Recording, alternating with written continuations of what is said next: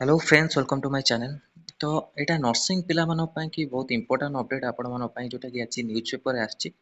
जो मैंने एग्जाम देते 7483 पोस्ट रे आपणकर 3000 केते पोस्ट रे आपणकर 4024 टी पोस्ट आप डॉक्यूमेंट वेरिफिकेशन होता तादर आपंक 100 जो 65 जन रही थे आपणकर डॉक्यूमेंट ठीक नाला जांच दि जाता किंतु तादरे 4-5 जन को गोटे लिस्ट आसी नोटिस जोटा कि O3 पुलिस तरफ तापर आउ 161 जन रही जाइए जोटा कि अपडेट देती आज न्यूज पेपर 8 जुलाई आपण समाज न्यूज पेपर यहाँ आप अपडेट पाइपर आर पीडीएफ आपको टेलीग्राम चैनल मिल जाए। तो ये जो अपडेटा पिला माने बहुत दिन धरी पचारुले कौन अपडेटा आसो बोली मुझे यहाँ 24 मार्च आउ एप्रिल आसीजे कि से पर्यंत किसी कौन आसलानी ये केस को लेकिन अपडेट। तो आज आपण मानक अपडेट आसी जोटा कि दबाक चाहूँगी नर्सिंग अधिकारी नियुक्ति प्रसंग नर्सिंग ऑफिसर झुलुची 161 आशायी भाग्य डिटेल्स जानवे कौन आप अपडेट देती भुवनेश्वर परीक्षा देले फल बाहर मेधा तालिका प्रकाश पाइला यापर प्रमाण पत्र जांच कराला हेले जांच पर प्रकाश पाई तालिका को बाद पड़े आवेदनकारी जहाँ नहीं परवर्त समय छात्र छात्री मध्य असंतोष देखा छात्र छात्री O3 कार्यालय घेरवा सहित रास्ता को ओह्ल मामला अदालत में पहुंचला अदालत घटना को आपणकर जांच करने समस्त नथी और नियमावली तदारख कर छात्र सपक्ष राय देवा सहित तुरंत नियुक्ति देवा निर्देश देते हेले अदालत निर्देश को अवमानना एपर्यंत बाद पड़ा आसामी नियुक्ति मिलना मोट बाद पड़ा 167 आशायी सरी आप 167 आशायी मध्य 6 जन को नियुक्ति मिलता बेले आउ 161 जन आपण नियुक्ति जुली रही है 61 जन आपको बाकी रही जाती केवल एतिकी नुहे नियुक्ति कैडर रूल को भी उपेक्षा करा निकट में किसी आशायी स्वास्थ्य सचिव अभियोग केन्द्र को जाते सेठार अतिरिक्त स्वास्थ्य सचिव कार्यपंथा ग्रहण करते तेज नुआ सरकार आसा पर से कथा विचार कर उपयुक्त न्याय मिले अनेक आशायी मत पोषण कर पुणी राजरास्ता को ओह्लैब बाद पड़ा छात्र छात्री कहते सूचना अनुसार प्रथम सरकार 4070 पद बाहर करते रद्द कर पुनः 2023-21 7483 पद बाहर कले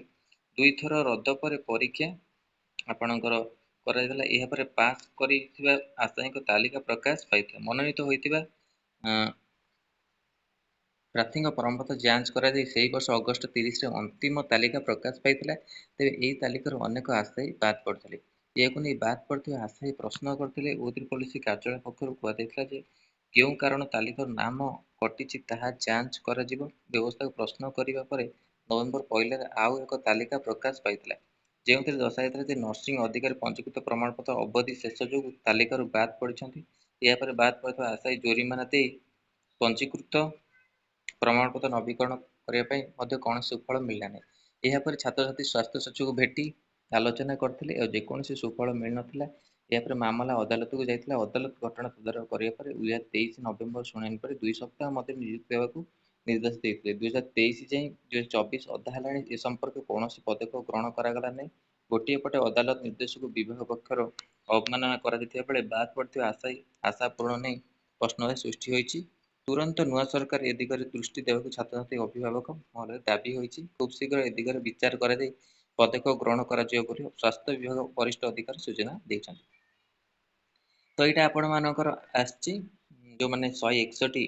पिला आपणक रही जाते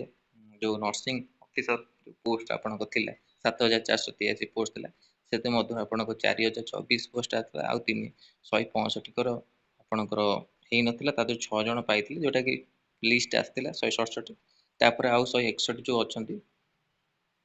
एपे भी आपणकर नियुक्ति मिलनी। तो ये आर आपणकर आपण कैलेंडर जाए चेक करेंगे आपणकर कैलेंडर जो लिखाई रिक्वायरमेंट कंप्लीटेड लिखाई तो कौन सी भाविले आप कौन